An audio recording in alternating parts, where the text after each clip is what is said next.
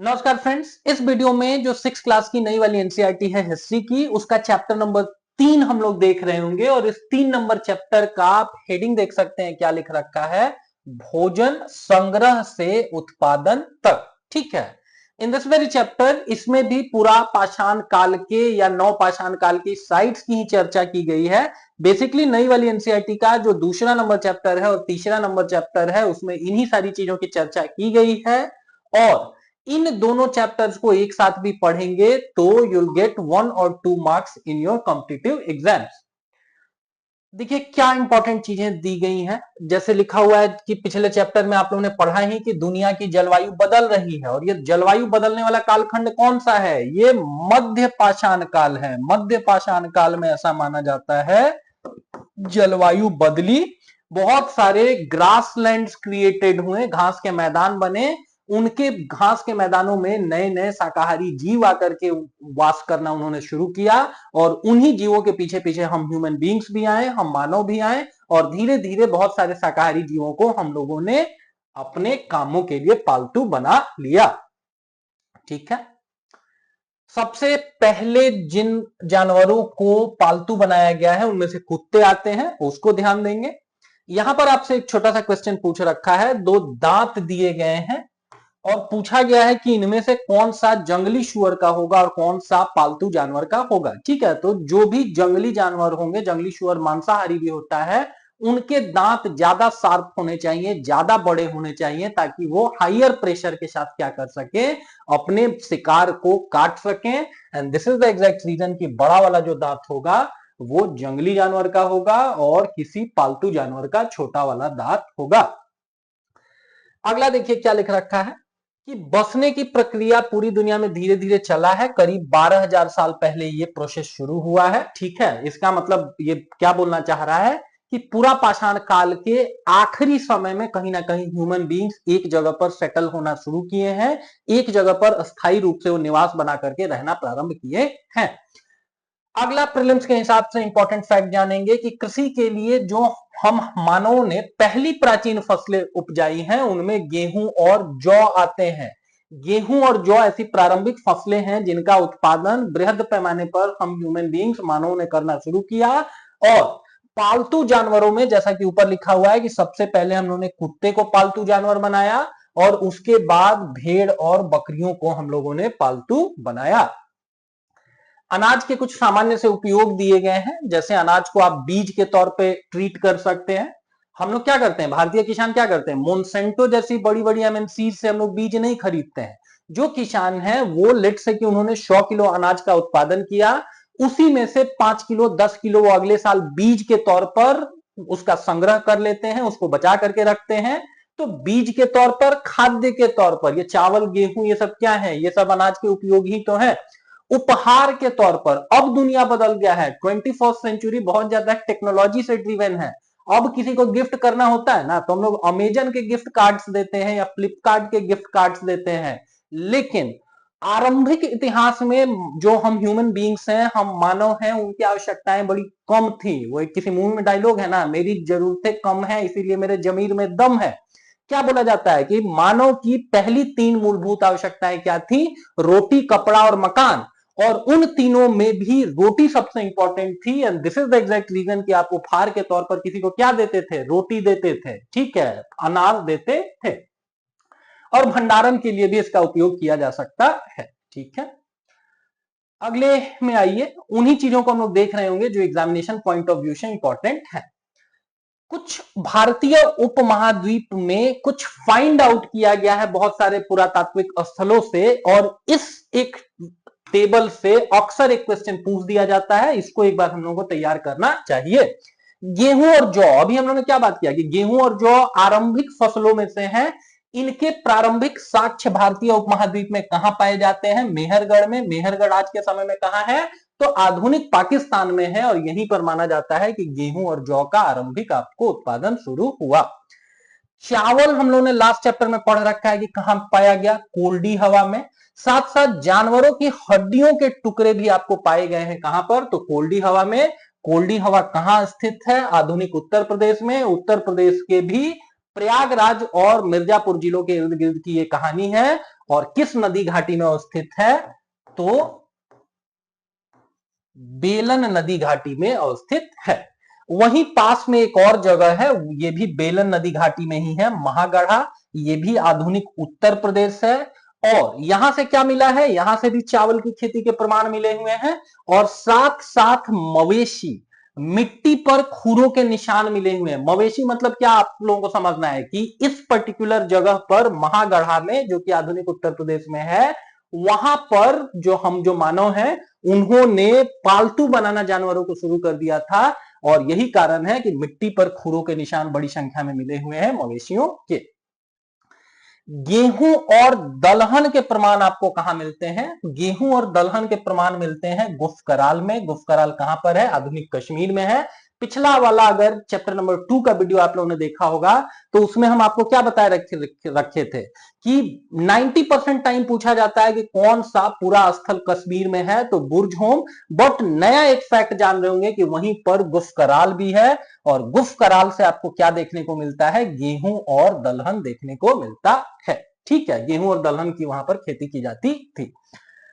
मवेशी एग्जाम में पूछे जैसे कुत्ता, अगर अच्छा एक चीज और ध्यान में रखेंगे कि बकरी को दफनाने के अगर प्रमाण पूछे जाए कि कहां पर पाए गए हैं, तो बकरी को दफनाने के प्रमाण पाए गए हैं मेहरगढ़ में। हर चीज के लिए शिक्षक पर ही निर्भर मत रहिए, एक अपना कॉपी लेकर के बैठिए, कॉपी में जो भी इंपॉर्टेंट चीजें हैं उनको भी एक बार नोट डाउन करेंगे। तो मेहरगढ़ में क्या मिला हुआ है?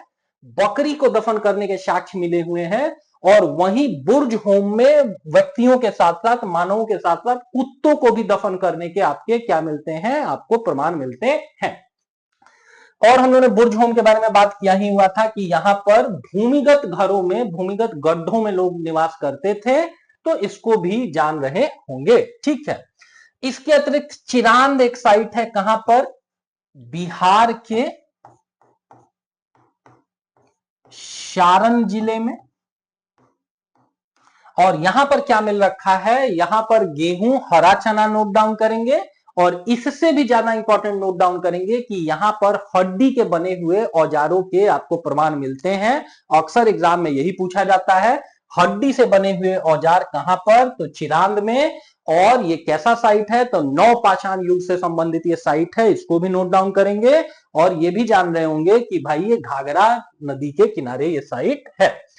इसके अतिरिक्त दो और नए साइट्स जानेंगे, अभी तक एग्जाम में कम पूछे गए हैं। इसका ये मतलब नहीं है कि आगे नहीं पूछे जाएंगे। आजकल देख ही रहे होंगे ना कि पुराने क्वेश्चंस को छोड़ करके नए नए क्वेश्चंस बनाए जा रहे हैं। And this is the exact reason कि नई वाली एनसीईआरटी में बड़े नए नए फैक्ट्स दिए हुए हैं and we should know those facts to clear our exam.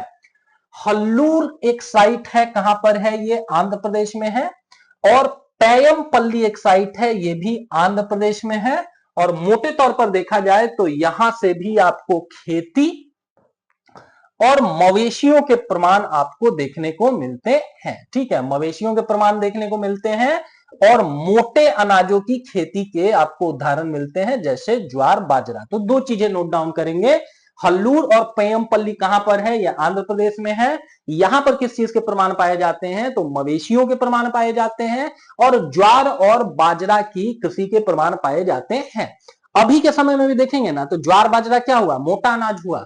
और मोटे अनाजों की खेती के संदर्भ में अगर आप बात करें तो कर्नाटक हो गया या आंध्र प्रदेश हो गया या राजस्थान जैसी जगह हो गई या मध्य प्रदेश का जो शुष्क प्रदेश हुआ, वहां पर उनकी खेती ज्यादा होती है। तो उस एक फैक्ट से भी इस फैक्ट को आप मैच कर सकते हैं। ठीक है, अब थोड़ा यहां पर बात किया गया है बुर्ज होम की। बुर्ज होम कहां पर है? कश्मीर में। यहां पर लोग क्या करते थे? गड्ढे के नीचे घर बना करके रहते थे, अंडरग्राउंड। यहां पर आपको ह्यूमन सेटलमेंट्स के एग्जाम्पल मिलते हैं। और लास्ट क्लास में उन्होंने क्या बात किया कि भूमि क्या होती है? वो एक तरीके से इंसुलेटर का काम करती है। अगल बगल का तापमान जो भी होगा उससे वो प्रभावित नहीं होगी। बाहर प्रचंड गर्मी पड़ रही है, फिर भी जमीन के अंदर आप घर बना करके रहिए, आपको रिलेटिवली राहत मिल रही होगी। And vice versa is equally applicable. अगर बाहर बहुत कड़ाके की सर्द पड़ रही है, जमीन के अंदर आप घर बना करके रह रहे हैं, तो आपको थोड़ी गर्मी का एहसास होगा। अब भाई गड्ढे के नीचे घर होंगे तो उतरने के लिए वहां सीढ़ियां भी तो होंगी, राइट, तो ये नोट डाउन करेंगे। और गड्ढे के नीचे घर क्यों बनाते थे, क्योंकि ठंड के मौसम में उनको सुरक्षा मिलता होगा। कश्मीर में देखते ही है कितनी ठंड पड़ती है, और मिट्टी चूंकि इंसुलेटर होती है, ऊष्मा की कुचालक होती है। अगर किन्हीं को अंग्रेजी वाले शब्द से समस्या है तो कुचालक नोट डाउन करेंगे, ठीक है, किस चीज की, ऊष्मा की, और ठंड के मौसम में यहां सुरक्षा मिलता होगा, ठीक है।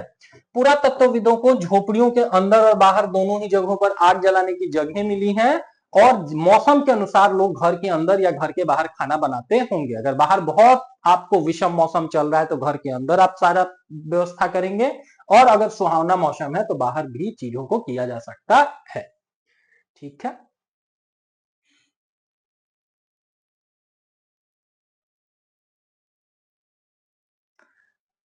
अगला देखिए, मेहरगढ़ को ढूंढने के लिए बोला जा रहा है कि भाई मेहरगढ़ को मैप में ढूंढिए। हम लोगों ने पहले ही ढूंढा हुआ है, पाकिस्तान में है।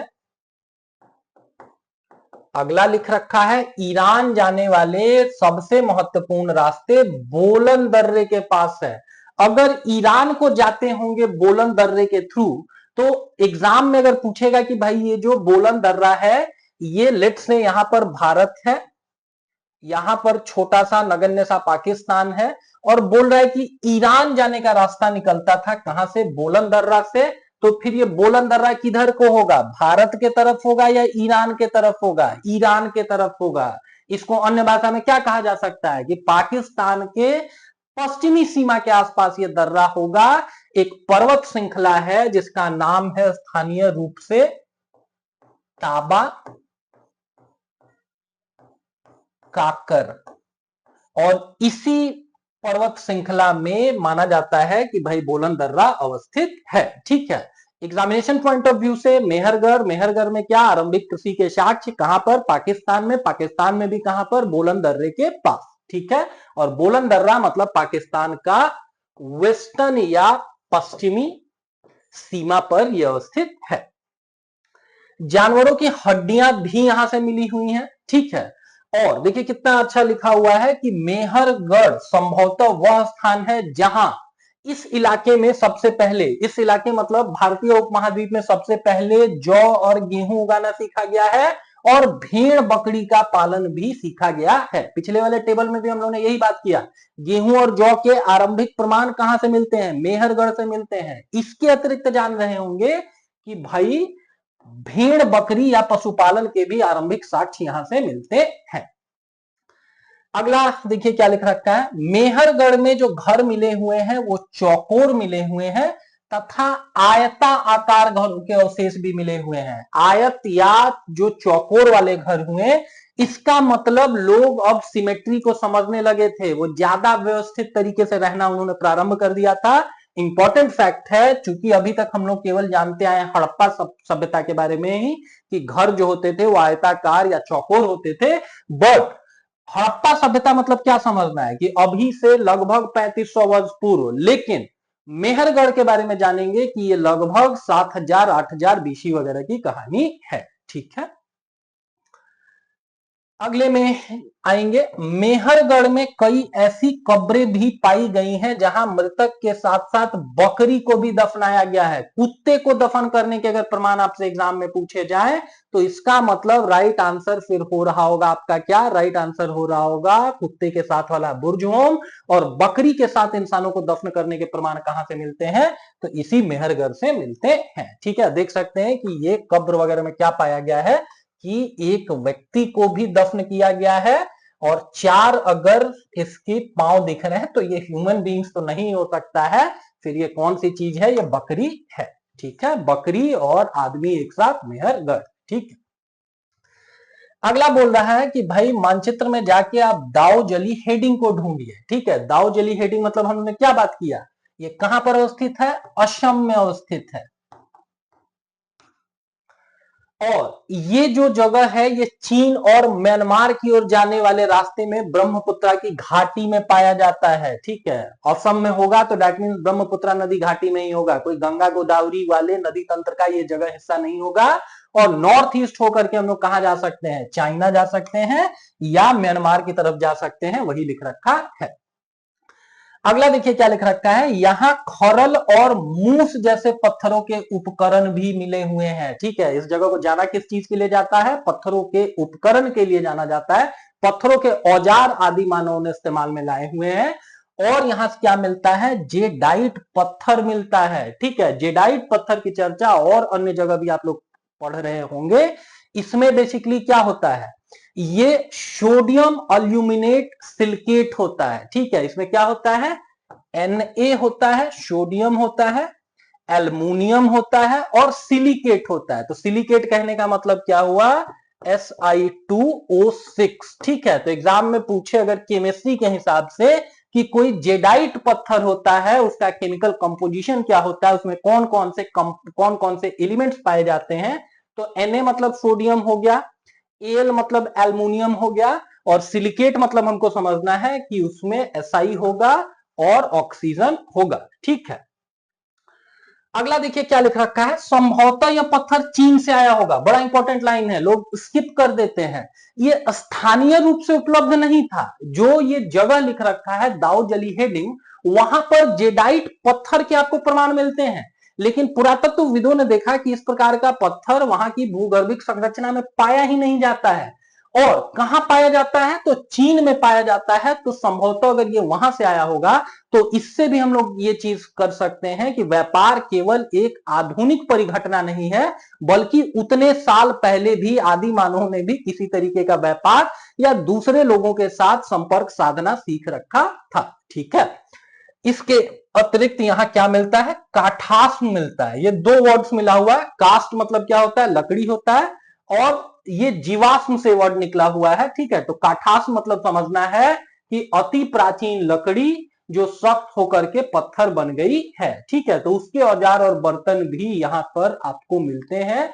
ठीक है, इसके अतिरिक्त इस चीज को भी मार्क कर लेंगे कि तुर्की, जिसका नाम अब बदल करके क्या कर दिया गया है, तुर्के कर दिया गया है, जहां वहां के एक उतने अच्छे तो नहीं कहेंगे, एर्दोगन रूल करते हैं।